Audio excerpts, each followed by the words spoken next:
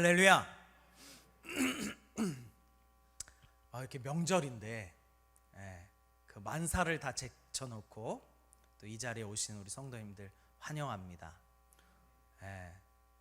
혹시 갈 데가 없으셔서 오신 건 아니죠? 하나님의 말씀을 사모하여서 오신 줄 믿습니다. 자, 오늘 말씀의 제목은 그렇습니다. 당신은 구원 받았습니까? 당신은 구원 받았습니까? 다른 말로 하면 이런 겁니다. 당신은 오늘 죽어도 천국 갑니까? 라고 묻는 거예요. 당신은 오늘 죽어도 천국 갑니까? 예전에 제가 주일학교 때 이렇게 공과를 했었어요. 반모임을 했었는데 저희 이제 담당 선생님께서 저희한테 물어보셨어요. 너희는 구원 받았니? 그랬더니 단 한 친구도 아무 말 못했어요. 그랬더니 선생님이 네, 구원 받았습니다 해야지. 그래서 네, 구원 받았습니다. 구원의 확신을 가지고 구원 받았다고 말하는 거야. 이렇게 알려주셨어요. 오늘날에도 의문입니다. 그게 맞는지. 물론 이제 성장하는 과정이고 믿음이 자라가는 과정이기 때문에 정답을 알려주신 것 같아요. 그러나 이것은 사실 배워서 되는 문제는 아니죠. 자기 스스로 내 안에서 나오는 겁니다.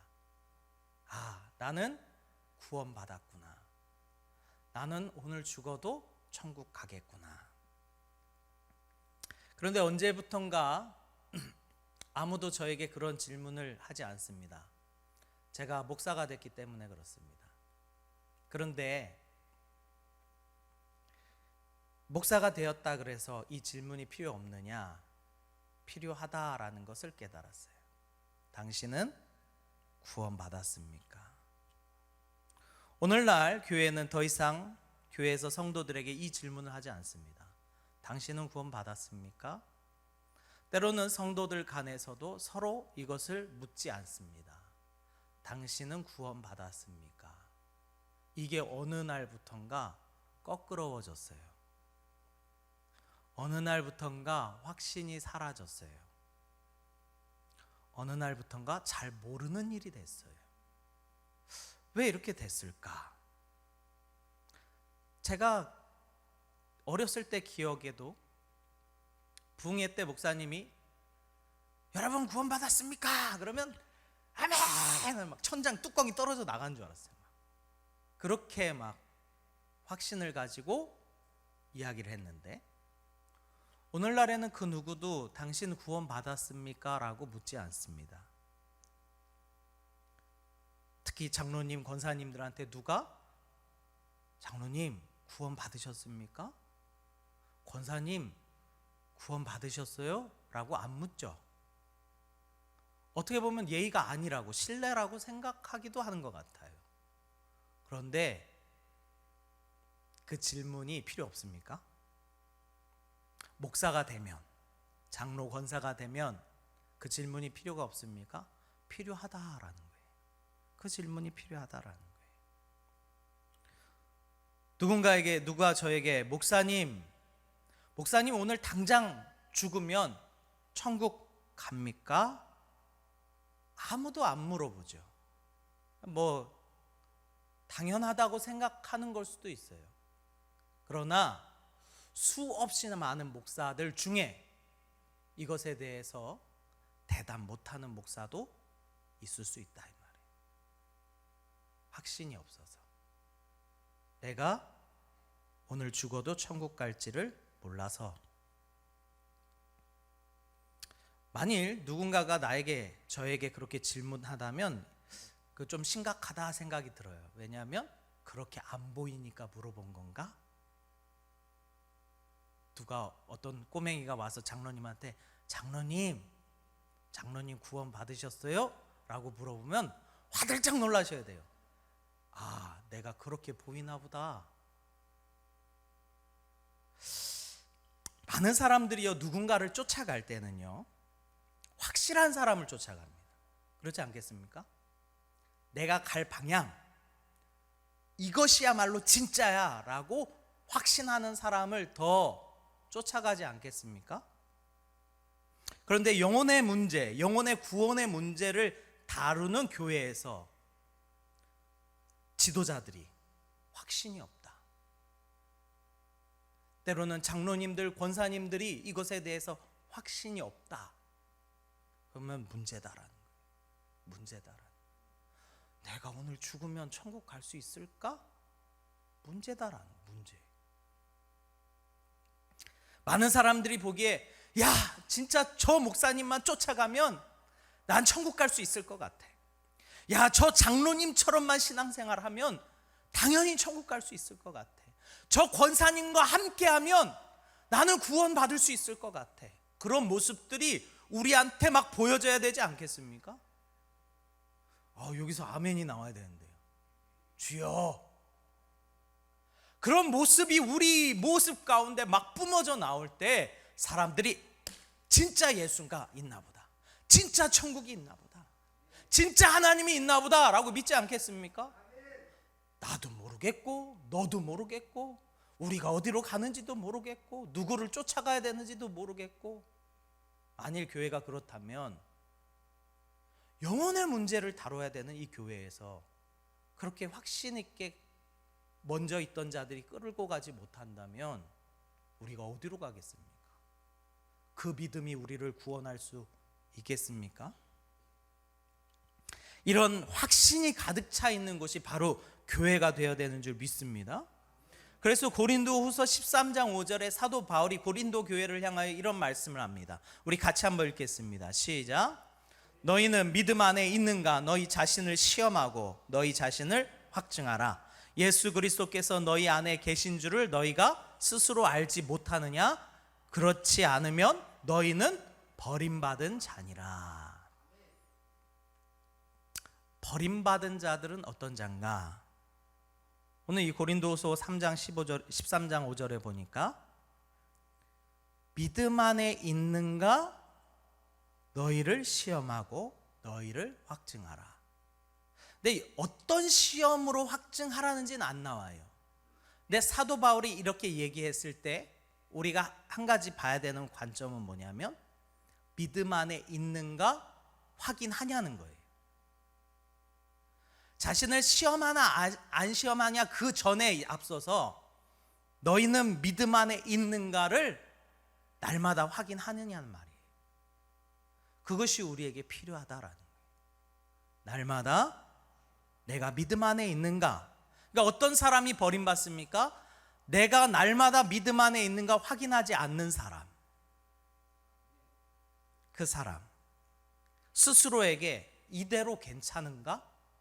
내가 이렇게 신앙생활해서 되겠는가? 내가 예수를 이렇게 믿어도 되겠는가? 날마다 점검하지 않는 사람. 그 사람은 버림받을 수도 있다 이 말이에요. 오늘 사도 바울이 고린도 교회에 이야기하는 거예요. 너희가 믿음 안에 있는가? 너희 자신을 시험하고 너 자신을 확증하라. 당신은 구원받았습니까? 라고 하는 이 질문, 매우 중요한 질문입니다. 이 질문은요, 당신이 얼마 동안 오래 신앙생활 했는지, 교회를 얼마 동안 다녔는지, 모태신앙인지 아닌지 이런 걸 묻는 게 아니에요. 신앙의 연조가 깊어졌는지, 10년, 20년, 30년 믿었는지, 주일학교 때부터 신앙을 배워왔는지 그걸 묻는 게 아니에요. 정말 믿느냐 이 말이에요. 정말 당신 구원 받았습니까? 어떤 사람이 평생 새벽 예배를 드리고 청년부 회장부터 해서 목사의 아들이고 방언을 받았고 신유를 받았고 능력을 받았고 이거 아니에요. 이거 묻는 게 아니에요. 당신은 구원 받았습니까? 날마다 자기 자신을 확인해 보라는, 점검해 보라는 거예요.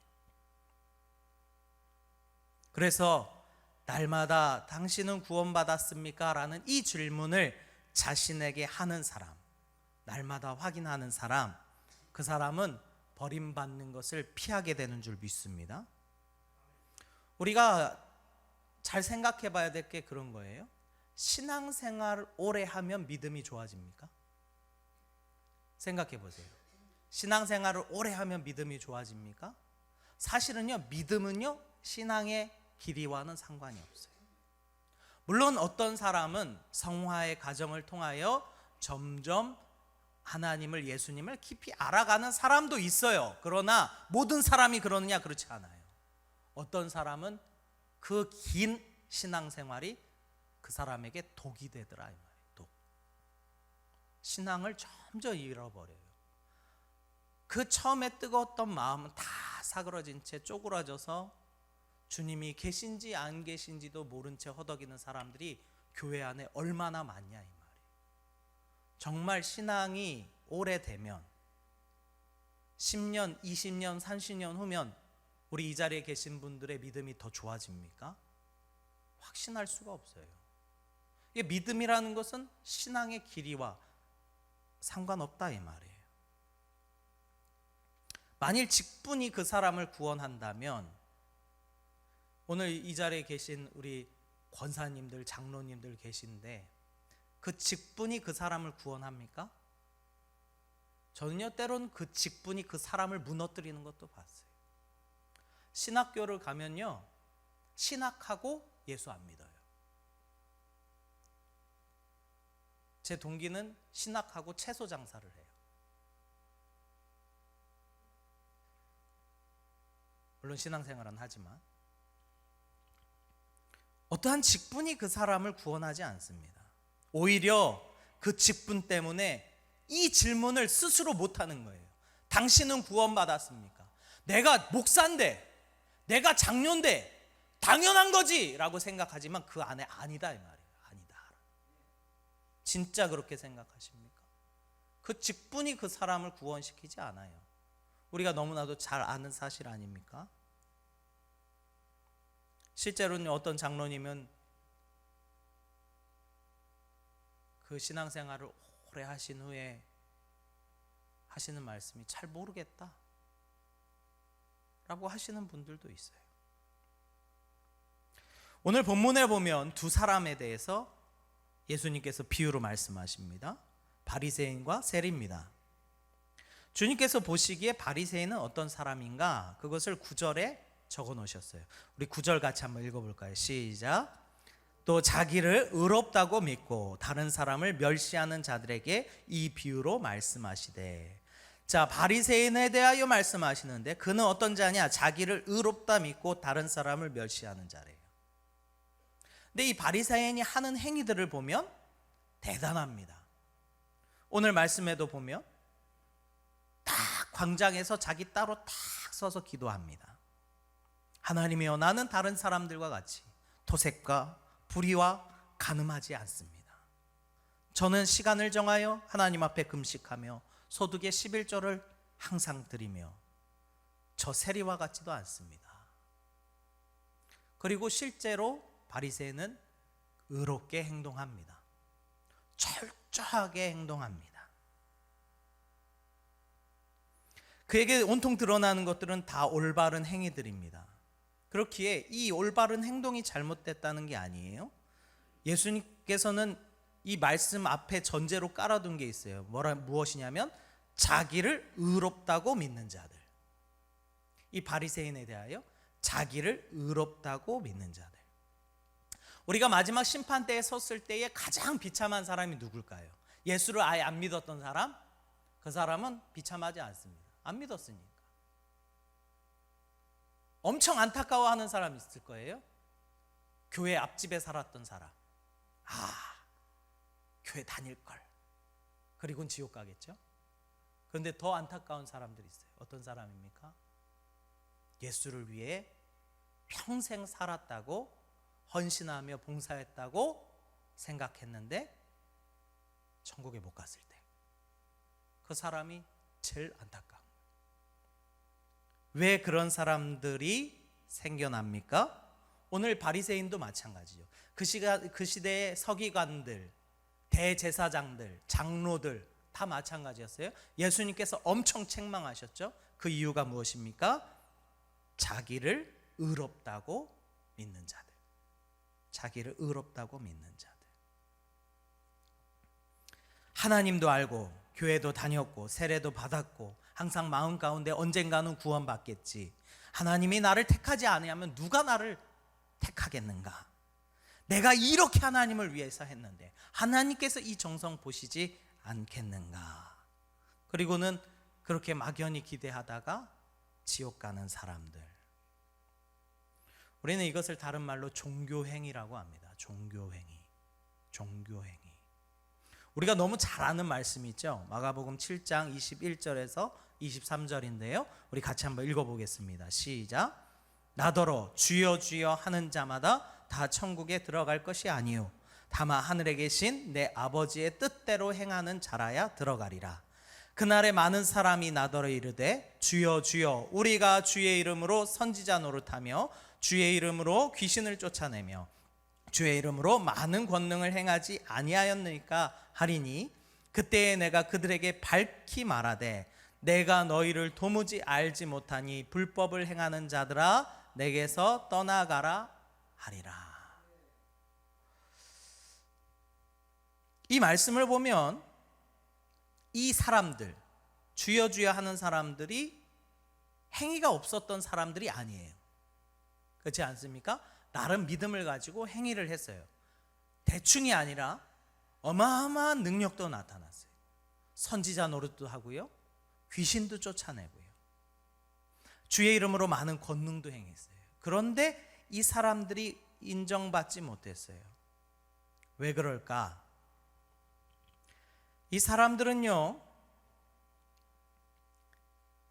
그리스도께서 자신을 나를 위하여 무엇을 하셨는가를 의지하는 사람이 아니라 내가 주님을 위해서 무엇을 했는가를 의지했던 사람들이에요. 주께서 나를 위하여 무엇을 하셨는가, 이것을 바라본 자가 아니라 주여 내가 이렇게 했잖아요. 주여 내가 선지자 노릇 했잖아요. 귀신도 쫓아냈잖아요. 내가 주의 권능도 행하였잖아요. 이 사람들의 시각은 뭐냐면 나는 의롭다라는 거예요. 나는 의롭다. 내 행한 것이 의롭다. 그것이 내 의가 돼서 주님이 나를 위하여 무엇을 하셨는가를 잊어버린 채 내가 주님을 위하여 무엇을 했는가만 말하는 사람이다라는 거예요. 생각해 봅시다. 나의 어떤 모습이 하나님 앞에 의롭다함을 받을 모습이 있을까요, 없을까요? 설령 하나님의 뜻대로 내가 다 행한들 하나님 앞에 내가 서서 하나님 나는 의롭습니다 라고 말할 자가 있어요, 없어요? 없는 거예요. 그거는 하나님께서 나를 구원하신 은혜에 감격해서 마땅히 해야 되는 일을, 마땅히 해야 되는 일을 마치 내가 이것을 했으므로 나는 의롭다라고 생각하는 바리새인들이다 이 말이에요. 그러니까 이 설교 가운데 얼마나 그 내용이 많이 나옵니까? 다른 사람 정죄하지 말라고, 다른 사람 판단하지 말라고. 내가 아무리 의롭게 행한들 그 사람이랑 나랑 견주어 보면 다를 게 하나도 없어요, 하나님 앞에서. 오늘 딱 말씀에 누가 나옵니까? 세리 나와요, 세리. 그렇죠? 예수님께서 의도적으로 바리새인과 세리를 비교한 거예요. 이 세리의 모습은 무엇입니까? 세리는요, 오히려 자기가 아무것도 할 수 없으므로 하나님 앞에 가슴을 치면서 이야기하는 거예요. 주여 내가 죄인입니다. 주여 나를 불쌍히 여겨 주옵소서. 그래서 그가 살았다 이 말이에요. 그가 살았어요. 오히려 내가 주를 위하여 한 것이 내 의가 돼버리면 그게 독이 된다 이 말이에요. 독. 내가 평생 주를 위하여 살았는데 설령 나를 구원하지 않으시려고, 그거는 자기 스스로 의롭게 여기는 자의 모습이에요. 어떤 사람이 버림받지 아니한가? 자기 자신을 죄인이라고 여기는 사람이 버림받지 않습니다. 우리 13장 13절 14절 우리 같이 한번 읽어보겠습니다. 시작. 세리는 멀리 서서 감히 눈을 들어 하늘을 쳐다보지도 못하고 다만 가슴을 치며 이르되 하나님이여 불쌍히 여기소서 나는 죄인이로소이다 하였느니라. 내가 너희에게 이르노니 이에 저 바리새인이 아니고 이 사람이 의롭다 하심을 받고 그의 집으로 내려갔느니라. 아멘. 하나님의 입장은 그래요. 저 바리새인이 아니라 자신을 죄인이라 여기며 주님 앞에 아무것도 하지 못한 것이 너무나도 죄송해서 가슴을 치며 통곡하며 주님 앞에 회개하는 저 영혼이 하나님께 의롭다함을 받았느니라. 그러면 보세요. 바리새인이나 서기관들, 대제사장들, 그 시대에 예수님께 책망받았던 그런 장로들, 왜 그들은 버림받은 자 되었습니까? 회개하지 않아서 그래요. 그러면 그들은 왜 회개를 하지 않았습니까? 자기가 스스로 행한 것이 의롭다 여겼기 때문에 그래요. 오늘 우리가 한 것이 내 자신에게, 주님을 위하여 한 것이 내 자신에게는 뿌듯할 수 있어요. 그래, 내가 주님을 위하여 이렇게 했지. 그러나 이것이 다른 사람에게는 내세울 게 못 된다 이 말이에요. 하나님 앞에도 내세울 게 못 되는 거예요. 당연히 해야 할 일을 한 것이에요. 그러한 마음이 없으면 그 내가 행한 것이 독이 돼서 내게 돌아옵니다. 그 자기를 스스로 의롭다 여긴 자들은 회개하지 않았기 때문에 버림받은 자들이 됩니다. 회개라는 것은 구약 시대에는 자신의 죄를 위하여 희생해야 됐던 제물과 그 제사였다면, 오늘날 즉 예수님 시대 이후에 우리에게 회개라는 것은 어떤 것이냐? 내 스스로는 아무것도 해결할 수 없으니 예수님 나의 죄를 대속해 주세요 라고 하는 고백이 회개다 이 말이에요. 그것이 회개다라는 거예요. 주님 아니면 안 됩니다. 주님께서 나를 불쌍히 여겨주시면 안 됩니다. 내가 주님이 너무 필요합니다. 내가 정말 주님이 간절히 필요합니다. 주님밖에 없습니다. 이 세상이 다 어그러지고 내 인생이 다 엉망이 돼도 나는 주님이 필요합니다 라고 고백하는 사람, 그 사람이 구원받는 사람인 줄 믿습니다. 하나님 나 살려주세요. 이 죄악의 구렁텅이에서, 이 악의 구렁텅이에서 좀처럼 빠져나올 수 없는 나를 건져주세요 라고 끊임없이 하나님께 요청하는 그 사람, 그것이 회개요. 그 사람이 구원받는 줄 믿습니다. 그래서 성경에 보면요, 많은 사람들이 예수께로 나옵니다. 근데 예수님께서 너의 믿음이 너를 구원하였다, 너가 죄사함을 받았다 라고 말씀한 사람들 중에 안 간절한 사람이 없었어요.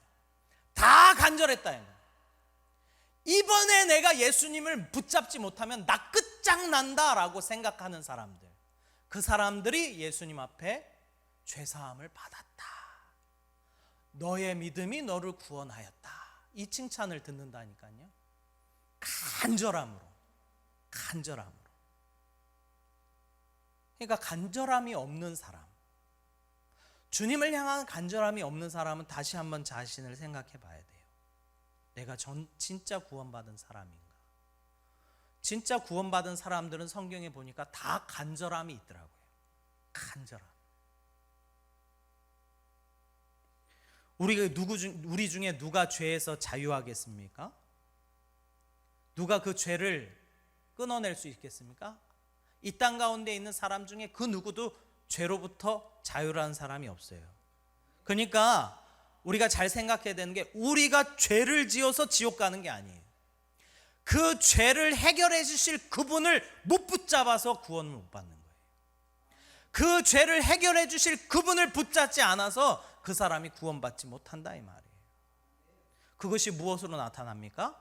간절함으로 나타나는 거예요. 간절함으로. 보세요. 어떤 사람이 어떤 물건이 필요해서 샀어요.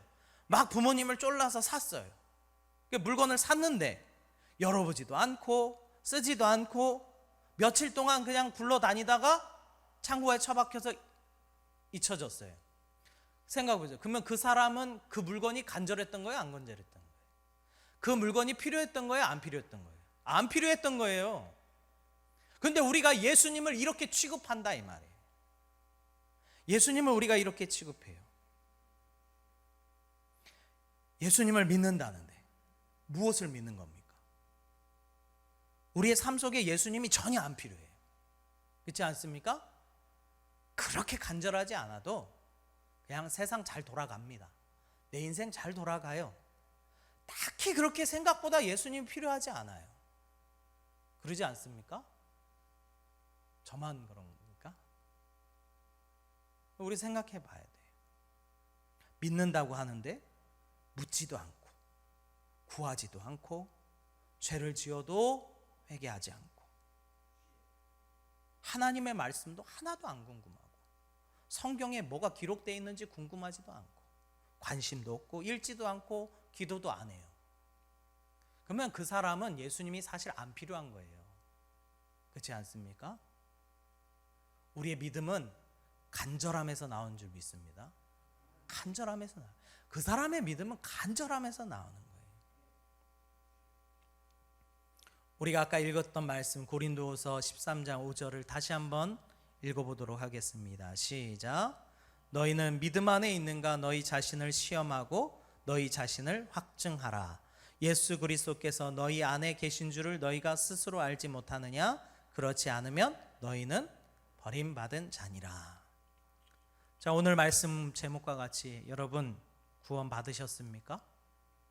오늘 또 확인해 보시길 바랍니다. 날마다 확인하시길 바랍니다. 나 구원 받았어. 나 천국 가. 그 자기 스스로의 확신으로 구원받는 게 아니에요. 잘 생각하셔야 됩니다. 오늘도 내가 그 예수님이 필요하다고, 예수님 아니면 안 된다고, 그리고 자기 스스로를 죄인으로 여기며 제발 하나님 나를 불쌍히 여겨 달라고 하나님 앞에 기도하며 가슴을 치며 통곡하는 그 사람이 예수 그리스도를 그 마음에 품은 자인 줄 믿습니다. 너무 간절한 거예요. 그분이 너무 필요해. 그분 아니면 안 돼. 그 사람이 마음에 예수가 있는 줄 믿습니다. 우리가 신앙생활을 오래 하다 보면 이것이 점점 무뎌집니다. 우리는 우리의 영적 감각을 아주 날카롭게 세워야 됩니다. 그 주님의 미세한 음성, 오늘도 말씀을 통하여 내게 주시는 그 음성, 내 마음에 두들기시는 그 음성, 우리가 그 음성에 민감해야 돼요. 작은 죄에도 우리가 화들짝 놀라며 이건 안 되는데, 이거 하나님이 싫어하시는데, 이러한 마음의 불편함을 계속 성령님께서 우리에게 말씀하시고, 때로는 낮고 겸손한 마음을 가지고 온유와 사랑을 가지고 늘 심령이 가난한 자로 만드시는 분이 하나님인 줄 믿습니다. 예수님인 줄 믿습니다. 그러기에 우리가 그러한 마음을 품을 때 나는 구원받을 자구나 라는 확신이 우리에게 솟아나는 줄 믿습니다. 그러기에 오늘도 다시 한번 확인하시고 내가 살아도 예수를 위하여 죽어도 예수를 위하여 나아가시는 우리 성도님들 되시기를 간절히 축원합니다. 우리 찬양하겠습니다. 우리 감사해 찬양하고 기도하겠습니다.